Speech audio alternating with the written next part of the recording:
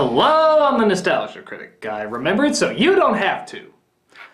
The last video game I've ever played all the way through was Super Mario Bros. Wii.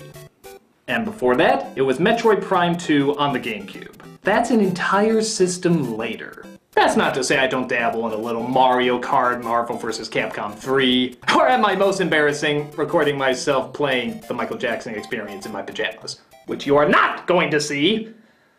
I bring this up to give you some idea of where I'm coming from, that I did play a lot of video games growing up, but recently I've kind of fallen out of touch. And that I still try to keep a little on top of things by being a casual gamer here and there. I bring this up because it's important to know my background when I ask a question that's been circulating the past few years: are video games art? Now, on the one hand, this is a stupid question, as you could easily say. Of course it's art. Practically anything can be art. Just look at the definition. The expression or application of human creative skill and imagination, typically in a visual form such as painting or sculpture, or works produced by such skill and imagination. So hell, even the picture you did of a horsey when you were 5 years old technically counts as art. But I think what people really mean when they ask this question is, are video games high art? Will they be remembered? Are they timeless? Do they say something relevant about life or humanity that will be relevant years later? That's what people are really trying to get down to. I must admit, I didn't really think too hard about this subject matter until I played the game Metroid Other M. Despite all the hype being built around it, the game pissed off a great number of fans and gamers, but not for the same reasons that it would have 20 years ago. The biggest complaint was that Samus, the badass bounty hunter and star of one of Nintendo's biggest franchises, has now been reduced to an overly emotional, yapping drama queen with dialogue more like a soap opera than a space opera. To say fans were pissed was an understatement. But when it came down to the actual gameplay itself, people didn't seem to have that big a problem with it. Of course, some people didn't enjoy the playing part, but the focus of the criticisms was how poorly they represented the character and the story. When did this happen? Nobody used to question the motivations of a plumber going after a princess, or the storyline of two guys with guns stopping an alien invasion. But clearly, much more is expected now out of video games, because the medium itself has naturally evolved. But many critics out there still declare that's just a modern, updated version of this. In my opinion, the best way to understand the evolution of the craft is by comparing it to another craft that many people argued for years wasn't art: movies. For a long time, many art critics declared film as just a means of escape and entertainment, and nothing else. But as the art form advanced more and more, we saw filmmakers take chances by challenging audiences with new ways of telling stories and expressing ideas. Films could be disturbing, thought-provoking, enlightening, even breaking the bonds of the three-act structure and just expressing motion, dreams, or the subconscious. Because of this, it is very hard nowadays to find people who don't in some form or another see the possibility of film making great art. Regardless, the question remains, do video games have the same capacity? Well, many would argue nowadays that video games are just a cheap imitation of movies, that they're trying to cash in on a lot of the unique elements of film without actually making a film. And in many respects, they're correct. There's no doubt movies make big money, and the more game makers can make their games look similar to movies, the more people will get the impression that they're actually playing a movie, which is a very attractive idea, seeing how people are attracted to movies already. So, does that mean video games are just movies light? Are they just advanced versions of Dragon's Lair, where footage tells you where to go and if you don't follow you just lose a turn? There's no denying that some, if not many games, are very much like that. So how can games be expected to evolve as an art form if it's just a watered-down version of another art form? Well, games do have a very distinct difference over movies, music, paintings, and other forms of art. And that difference is choice. For the most part, you can't decide where a movie, a book, or a piece of music goes. It's finished when it's finished, and you observe it from there. But video games, by design, are dependent on different outcomes. And true, there are some pieces of art and literature where the choice of the observer plays a big part, but in video games, that's not just a small part of the process, it's the majority of the focus. Because of this, we create a medium where not only are they allowed to experiment with choice, but they're actually expected to. And when you're expected to produce more possibilities, you're expected to experiment more, take risks more, and generally find out how many outcomes can be created. Sure, most of them are very simple, as in avoid getting hit by something or you'll die. But how about the games that create new worlds to explore, new stories to create? And not just from the creator anymore, but from the observer. Few would disagree that much of art is about the creation, and this is one of the rare mediums that allows the viewer to make just as much great art as the artist who created it does. It isn't just the graphics and the technology that's evolving, it's the unique interaction between the player and the game. And yes, there are games that try to serve as nothing but mindless entertainment, and there are games that try to be complex and interesting but instead come out as predictable and boring. But how is that any different from bad art or bad movies? They're all trying to tap into something that makes you understand or celebrate the human condition. Even something like Transformers, yeah, I know, easy target, but nonetheless. Something as simple as Transformers is trying to get across what we value as good human ethics, right down to the very basic good versus evil. Now, does that make it something that's going to be relevant and studied years later? Probably not. But at the same time, you don't call an entire artistic medium a failure because some bad art is popular.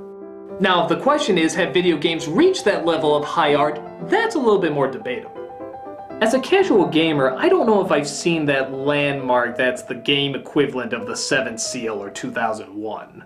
But I would make the argument that some have come close.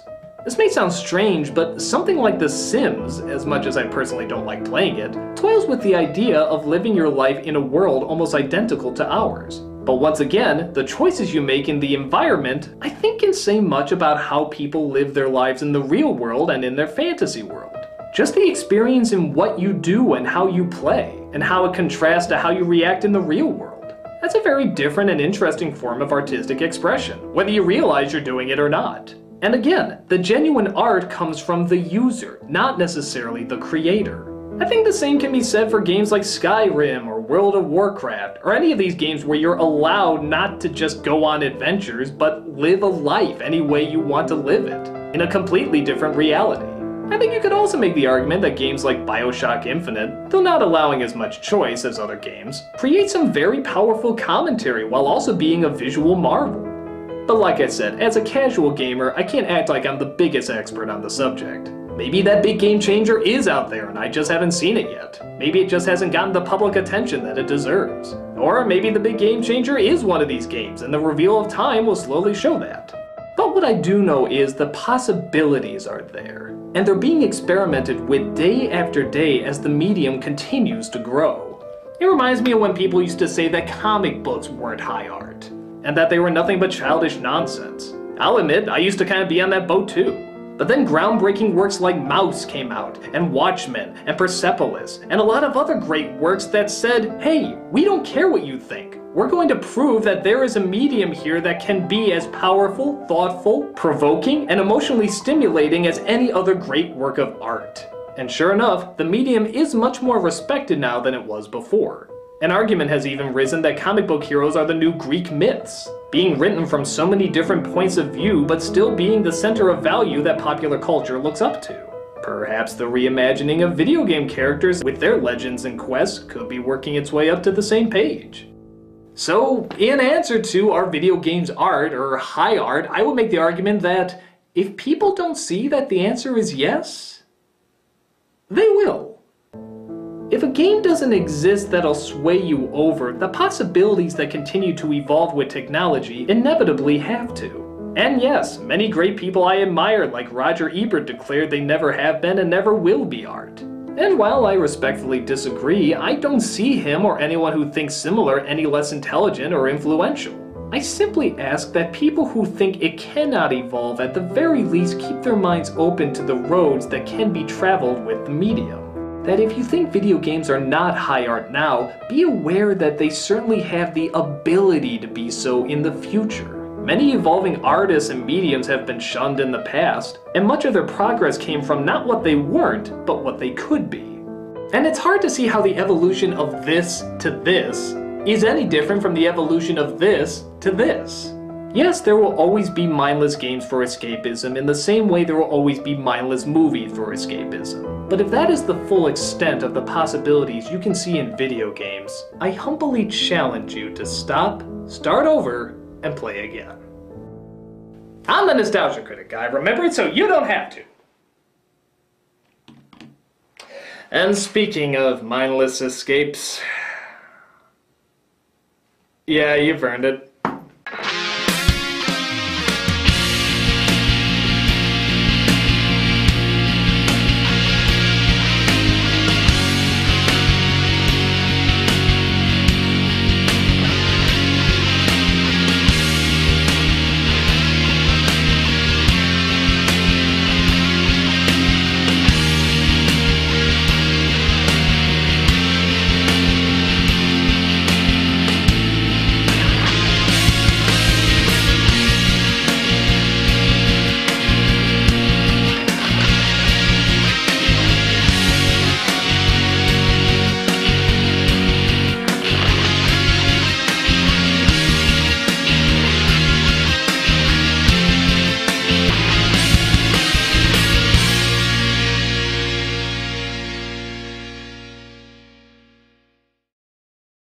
Well, we got a lot of people asking, hey, where's Suburbanites and Kikassi on DVD? Well, now's your chance to pre-order the reorder once again.